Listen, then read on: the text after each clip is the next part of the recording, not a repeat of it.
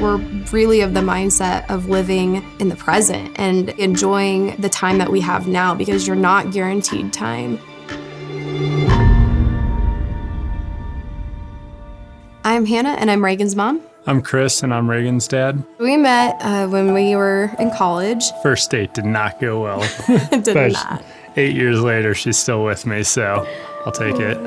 We got married, and everything was just seemingly perfect. The great house, 2 dogs, great careers. We're gonna grow our family. We got pregnant right away, and then Hannah had a miscarriage. It was really tough, just was not expecting that curveball. After we got the go-ahead, we decided to try again and got pregnant right away, a couple months after the miscarriage, and 9-10 months later. Oh my gosh. 9 months later. 9 months? Yeah. 9 months 9 later. months later, Raegan was born, so. It was an uneventful pregnancy. Everything went perfectly. She was born healthy, and then we took her home.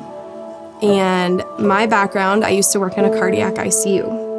And I kept telling Chris, she doesn't look right. Something's wrong with her. And he was like, okay, I trust you. If you think something's wrong, we'll take her in. And we went and saw our pediatrician, and we were told she's healthy, she's fine. Nothing's wrong with her. And I said, look, I know you think that she's fine, but something's telling me something's wrong. I think she's in heart failure. He said, okay, if it will make you feel better, if it will help you sleep at night, I'll do a chest x-ray on her. Not 20 minutes after that x-ray was complete did he call me and say, you were right, something is wrong. I said, well, what exactly is wrong with her? And he said, well, she has 2 holes in her heart, possibly 3. And he said, if we don't operate soon, she may not make it. I don't think anything can really prepare you for that news. The day of the surgery I think that was the worst day of my life up to that point. She wasn't going to be able to celebrate her first Halloween, so we got her a Wonder Woman costume and brought her into the hospital in her Wonder Woman shirt. And she was smiling and happy, and we were in the pre-op room, and when they took her from us on the bed back to the OR suite, that just crushed us both, because we didn't know if we were ever going to see her alive again after that surgery.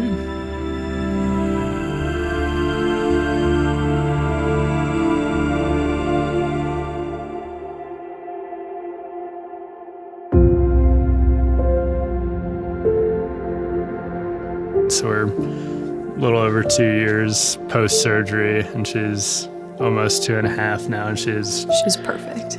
Energizer Bunny, just all over the place, with her scar just straight down where they opened her chest, but then right below that she had a chest tube, and it kind of makes an exclamation point on her chest, so our joke was Raegan. Like, so she lives up to that. She's just everything that we could have ever hoped for, and now she just has a sweet scar and a cool story to tell.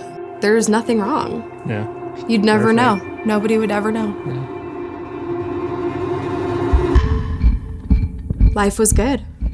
And then June 1st happened, and it felt like we were starting all over again. A friend had texted me and said, let's go on a walk tomorrow morning with our daughters. Packed up Raegan, and as we were walking, I remember telling my friend that I didn't really feel well. Everything started to get kind of dark, and then it got really dark.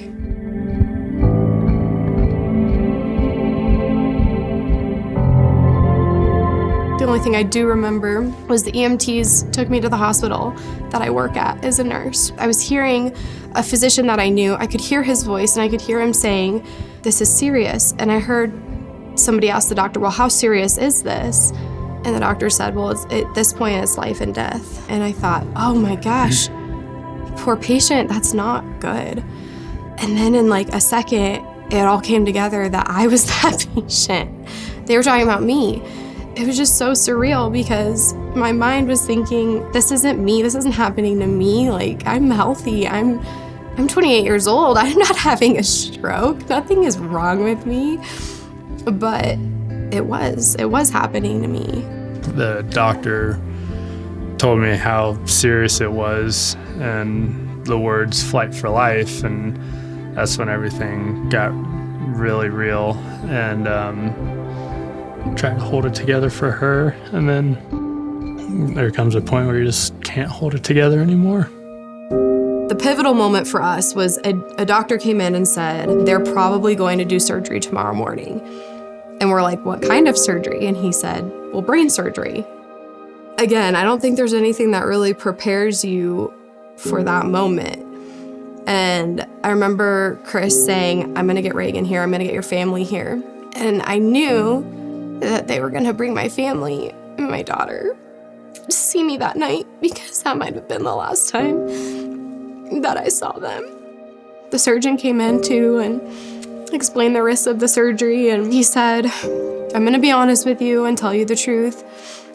33% chance that you're not gonna live through the surgery. There's a 33% chance that you'll live through the surgery, but you could be paralyzed. And there's a 33% chance that this will go perfectly.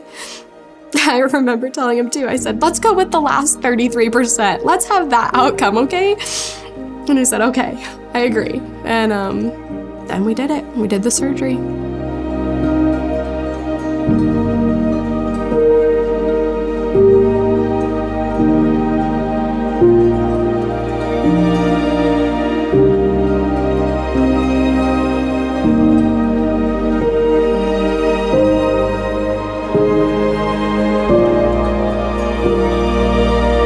2 years ago, we could have lost our daughter to congenital heart defects. And 6 months ago, you could have lost me to stroke.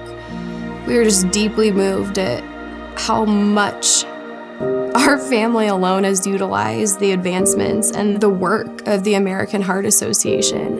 And had it not been for those advancements and those surgeries, neither Raegan or I would be here right now. How do you repay those people? You can't. You can just say thank you, and yeah, just thank you for all the research and all the people that helped save both Raegan and Hannah's lives.